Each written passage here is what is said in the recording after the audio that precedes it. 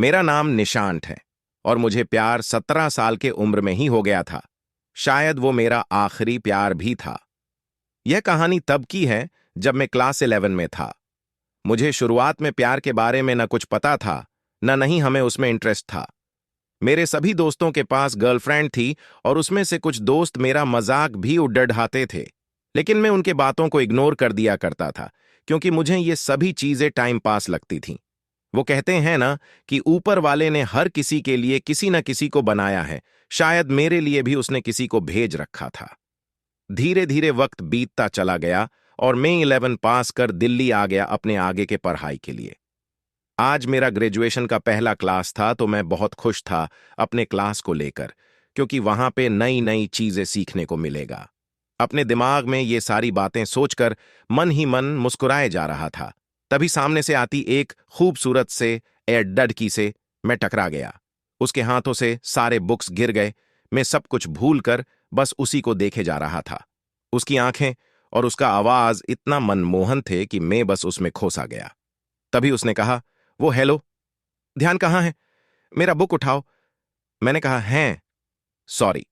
उसके बाद वो क्लास में चली गई। उस वक्त पहली बार दिल में कुछ कुछ सा फील होने लगा उस अजनबी लड़की के लिए। मैं अपने क्लास में पूरा दिन उसके बारे में ही सोचता रहा। क्लास खत्म होने के बाद मैं उस लड़की से मिलने के लिए बेचैन से हो गया था। तभी वो मेरे सामने से अपने दोस्तों के साथ बात करते हुए आ रही थीं। मैंने उससे बात करना का सोचा लेकिन कर नहीं पाया। मैं मन ही मन उस लड़की को अपना दिल दे चुका था। एक दिन की बात है, मैं अपने घर से कॉलेज के लिए जा ही रहा था कि मेरी नजर उस लड़की पे पड़ी।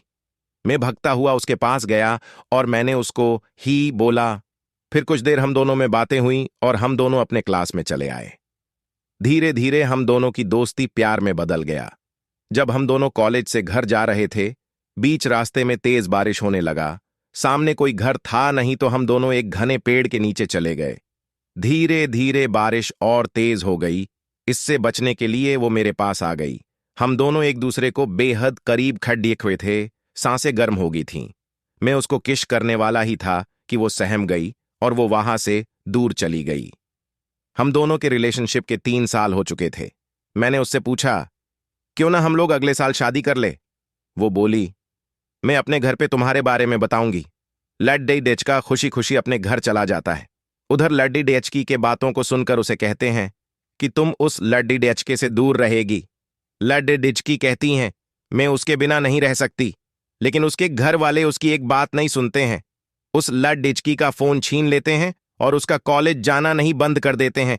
लड्डिचका उसका फोन ट्राई करता लेकिन फोन स्विच ऑफ आता। 3 दिन बीत जाने के बाद लड्डी एचका घबरा गया और उसके घर चला गया। लड्डी एचकी की मम्मी से पूछने पे वो कहती हैं कि वो अपने नानी की घर चली गई हैं। सच तो ये था कि वो लड्डी एचकी अभी भी घर पे ही थीं। लड्डी एचका रोता हुआ घर चला जाता है। पूरा दिन उसके बारे में सोचते रहते हैं। वक्त बीतने के बाद एलडीडी डीएचकी के घर वाले उसका शादी कर देते हैं। लड्डी डीएचका रोता हुआ घर चला जाता है। पूरा दिन उसके बारे में सोचते रहते हैं।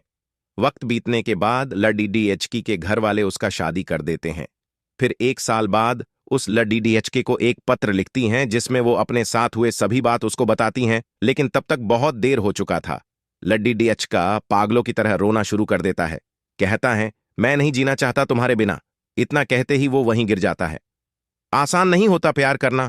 बहुत किस्मत वाले वे लोग होते हैं जिनको अपना प्यार मिल पाता है, नहीं तो पूरी जिंदगी दर्द के सिवा कुछ नहीं देती ये मोहब्बत। दोस्तों, आशा करता हूं आपको ये कहानी अच्छी लगी होगी। अगर आपको ये कहानी अच्छी लगी हो तो वीडियो को लाइक करके और एक प्यारा सा कमेंट जरूर कर दे और साथ ही चैनल को सब्सक्राइब जरूर करें।